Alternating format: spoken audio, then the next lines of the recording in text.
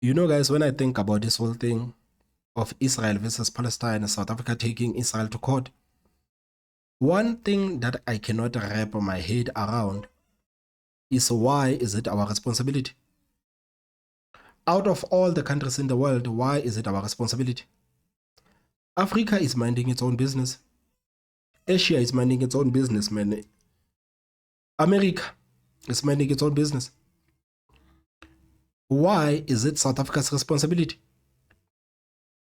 Is there anything that South Africa is going to gain for taking Israel to court? Is there anything the average citizens of this country are going to gain for taking Israel to court? You know what is funny about these politicians and the South African politicians? The same politicians who are pretending to be heard about what is happening between Israel and Palestine. You know what is funny about these African politicians that cannot stop talking about Israel and Palestine and how passionate they are about what is happening there. You know what is funny about all of these people is that they will never address the wars that are taking place in Africa. I have never heard a single ANC member talking about the wars that are taking place in Africa. I have never heard a single African politician claiming or wanting to address the wars that are taking place in Africa. Why are African leaders, why are South African politicians and South African quote-unquote leaders care so much about the issues that are happening in the Middle East instead of the issues that are happening here at home? You look at President Ramaphosa, you would think that President Ramaphosa would actually warn South Africans that, guys, there is a war that is happening in Mozambique. There are reports that there is ISIS there in Mozambique. South Africans, you need to be careful. You will never hear ANC talking about the wars that are ravaging the people in Africa. You will never hear ANC talking about the conflicts that are killing and murdering thousands and thousands of people in Africa.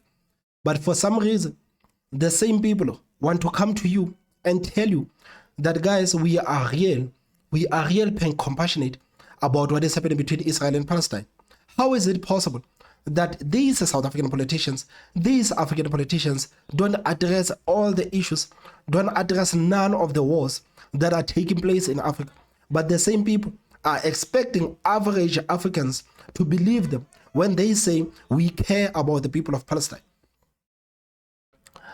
I hope and pray to God that the people of Palestine understand that these politicians don't care about them. I hope the people of Palestine understand that the South African politicians do not care about them. Because if the people of this country, or if the politicians of this country care about them, it means they care about war. It means they care about human life. But because the same people are ignoring people being slaughtered here in Africa, they want to jump to the Middle East and make everyone believe that they care about the issues that are happening in the Middle East and ignoring all the issues that are happening in Africa. Those people are not real. Those people are using you for plug. I mean, right now, if you were to ask an average citizen on the street, people know of two wars. They know about the war between Israel and Hamas. They know about the war between Russia and Ukraine. Those are the wars that are in the mainstream media. Those are the wars that are being covered by the mainstream media. But how many wars right now, as we speak, that are taking place in the world? How many wars right now, as we speak, that are taking place in Africa? I have never heard a single politician in South Africa saying, guys, Rwanda and Congo, they are threatening each other. Rwanda and Congo, they are threatening each other. These people, man, are promising to kill each other. No one is saying anything about that. No one is saying anything about that. President Kagame, man, is on stage almost each and every day saying that Rwanda is going to defend itself against all of these people that are trying to get in. Rwanda is going to invade itself against all of these African countries that are trying to destroy it. Why is not a single politician in South Africa talking about what is happening in Rwanda? Why is not a single politician in South Africa talking about what is happening in the DRC? Why is not a single politician in Africa talking about what is happening in Nigeria? All of these people, man, They want us to believe that they care about the issues that are happening in the Middle East. They want us to believe that they care about the cost of a human life. But when it comes to their own people, when it comes to the Africans being slaughtered in their own continent, the same people are choosing to close the blind eye. This is the reason why I'm saying I hope to God that the people of Palestine understand that most of these politicians, especially the African politicians that are talking about them, they don't care about them. They don't care about them. When is African Union going to address the state of the continent? When is African Union going to start talking about these people, men, that have been dictators in some of the African countries?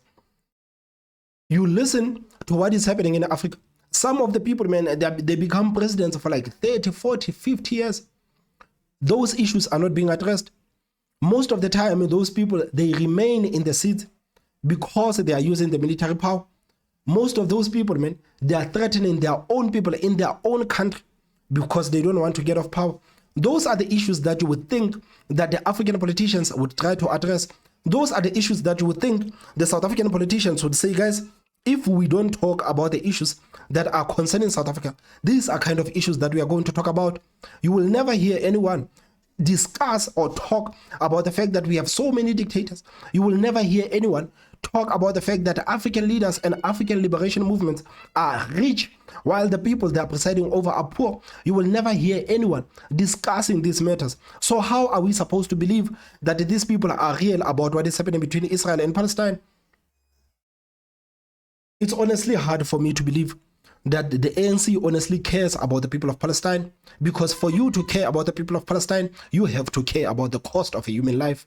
If you don't care about the people that are being murdered every day in the Cape Flats, if you don't care about the people that are being murdered every day in Johannesburg CBD, if you don't care about the people that are being murdered every day in Durban CBD, then you don't care about the cost of human life.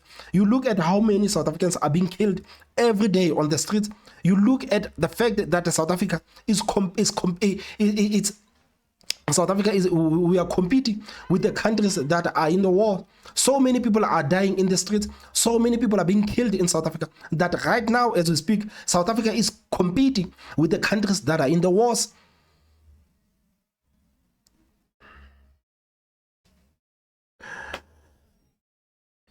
Not a single country in the Middle East took Israel to the International Court of Justice. Not a single country in the Middle East stood up for Palestine the way South Africa stood up for Palestine. Those people, they understand what is happening between Israel and Palestine far better than we could. Those people understand the history between Palestine and Israel far better than we could.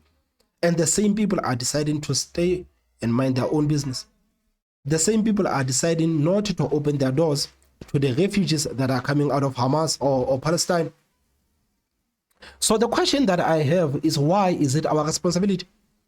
Why is it our responsibility, guys? I'm hoping someone can actually answer me and make me understand how is it possible that South African politicians and the African politicians would decide to ignore all the issues that are facing Africa, would decide to ignore the state of Africa. And these people, man, would be compassionate. These people would be passionate each and every day, live on national television, talking about the matters that are happening in the Middle East. Can someone please try to explain to me what is happening? Someone please.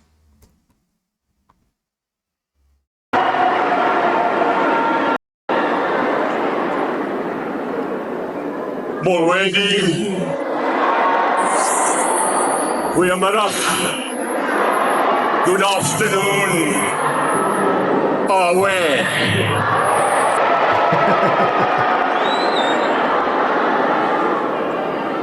Mr. Program Director, leaders of the APC, I am not going to make a speech today. I'm going to tell some people something today. Before Neil de Beer continues to say and tell some people some things, man, going into these elections, I'm hoping that more South Africans are open-minded. Going into these elections, I'm hoping that South Africans are not listening to anyone who is telling them that such and such are not options. Man, in South Africa today, because of identity politics, some people are already saying that, guys, You cannot vote for a certain political party. Guys, EFF is not an option. Guys, ANC is not an option. Guys, DA is not an option. Do not allow that kind of talk to actually cloud with your judgment. Going into these 2024 elections, man, I'm honestly hoping that people will go into these elections with open mind. I'm hoping that people would actually try to read as many manifestos as they could. I'm hoping that people would actually try to question some of these political parties when they come to their policies. I'm hoping in general that people will go to the elections with open mind. You know, one of the reasons why I am so against when people say that there is such and such political parties are not options is because you are trying to force South Africans to think the same. Most of these people, man, they will use race to say that, guys, if you're a black person, man, there's no way you're going to vote for the multi-party chart. We don't care about IFP. We care about the fact that the DA is leading the whole thing. So as a black person, you cannot vote for the multi-party chart. Guys, be aware of that. Be aware of that and understand that it is okay for us to think different. It is okay for us to explore our options. Do not allow the political pundits on the internet to fool you into thinking that such and such political parties are not options. All political parties are options. We can say whatever that we want to say about the African National Congress, but it's still an option to some people. We can say whatever that we want to say about the EFF, but it's still an option to some people. We can say whatever that we want to say about the DA, but it's still an option to some people. So please do not listen to the political pundits that are telling you that such and such political parties are not options. Be open-minded enough. Be willing to listen. Be willing to learn, even from political parties that you don't like. Be willing to listen to political parties that you don't even like. Be open-minded enough to say, guys, as much as I love a certain political parties, I am going to hear what the next political party is going to say. As much as I'm a staunch supporter of a certain political party, I am going to listen to what another political parties are going to say. I'm hoping that people are open-minded enough going to these elections. I hope that people are open-minded enough going into these elections. Mamela Matabane, Mamela! Mamela Matabane! Ukamalangu Zanetemba! Ufaku! Ukasha! Unelsa Indaye! Amanya!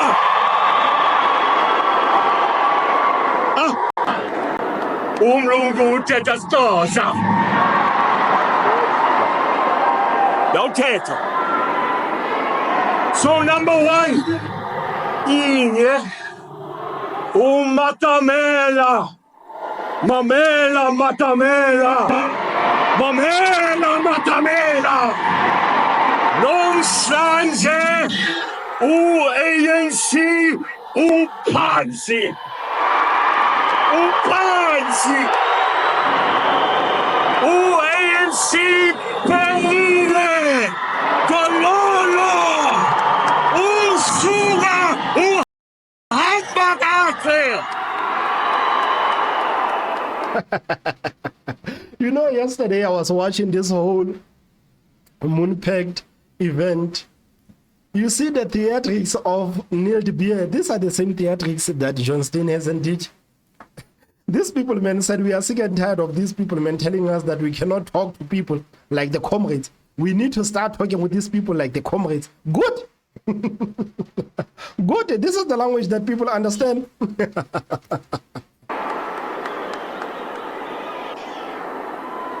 We are very clear where we are going today and tomorrow. The people in this hall today have shown this country we are united beyond belief. Beyond. And here's a message to all those parties that are not in the light today. Light. And guys, please, man, please do not mind the background sound. It's raining. It's raining here in the Free State. So guys, please. Is coming The day of darkness in this country is going to end in 2024. Halleluja! Dames en here, hoor my baie duidelik vandag. Vandag sê ek vir die ANC, donder weer kom. Bliksemstrale kom. En ons gaan hierdie land verander hierdie jaar. Because we are stronger together, Simonye. And in conclusion, you touch the IFP, you touch us. You touch the DA, you touch us. You touch the Freedom Front, you touch us. You touch the ACDP, you touch us. You touch Action SA, you touch us. You touch the UIM, you touch us. Isanko, UDP, you touch us. You touch us. You know, guys, me personally, man, I'm one person who loves taking credit, man. I love taking credit. You know, if I suggest something and I see political parties implementing that suggestion, I take credit for it. I know that suggestion to those political parties, it might have came from their strategists, the suggestion might have came from their corridors. But if I suggest something on the platform, if I suggest something on the platform and I see political parties implementing that, I'm taking credit for it. I'm taking credit for it, guys. If you remember, I used to criticize the Moonshot Pact after they failed to support Action SA. When the Action SA and Ahmed Mashaba did a rally, I remember that rally had a low turnout, and I was breathing fire at the Moonshot Pact. I was like, guys, what is the point of all of you saying that you are going to form a pact, but when a political party, when one of your political parties do a rally, you are not going there to support the certain political party? I was angry that these people, man, are in a pact, but they allowed Hemen Mashaba and Action SA to have a flop of a rally, but they are there. This is the reason why I was flaming these people. I came to this platform and I said, guys, for you to move, for you to be effective, for you to try to show the South Africans that, guys, just because we belong to different political parties, it doesn't mean that we cannot listen to each other. Just because we have the different values, it doesn't mean that we cannot listen to each other. I came on this platform and I suggested the Moonshot Pact to start moving as one. And now I'm seeing the Moonshot Pact moving as one. So I'm taking my credit regardless. I'm taking my credit regardless. I told these people that, guys, if you are going to do the rallies, if you are going to go out and communicate with the people, man, you need to do it as one. The people of this country need to be used to seeing you as one. The people of this country, man, by seeing you as one, they will understand that just because we are different, just because we belong to different political parties, it doesn't mean that we cannot listen to each other. You know, guys, in South Africa, for the longest time, politicians in this country have managed to divide the people in this country by race. Politicians have been successful in dividing the people in this country by race. But there's a war that South Africans didn't see. And this war, politicians also won it. And this war was to divide the people of this country by political parties. Guys, go online and see people when they engage about politics. Go online. And when you see people debating about politics, the insults and the disrespect that comes out of those engagements are nothing but scary.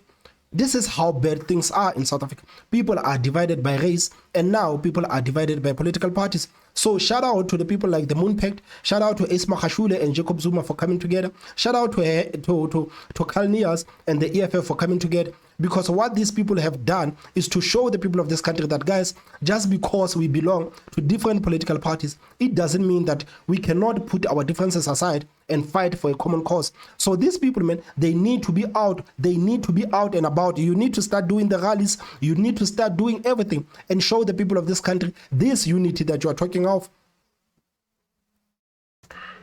Toba Moyo, Toba, Toba. We will go and vote together. It matters not today who you vote for. Vote for the NPC collective. And I promise you one thing. And guys, looking at the political parties that have decided to form collaborations before the elections, which collaboration do you think it is strong? Do you think the collaboration of Kalnias and EFF it is strong? Do you think the collaboration of Isma Hashule and Jacob Zuma? I personally believe that is strong. The collaboration between Jacob Zuma and Isma Hashule, man, that is strong, man. The supporters of those people, man, are unbelievable. Or do you believe in this collaboration of the Moon Pact, between the collaboration of the EFF and the African Radical Economic Transformation and the African Congress for Transformation and the Umkhonto weSizwe and this Moon Pact? Which collaboration do you think it is strong? Which collaboration do you think it is appealing to South Africans? And why do you think South Africans would vote for a certain collaboration if we were to kick out the ANC out of presidency?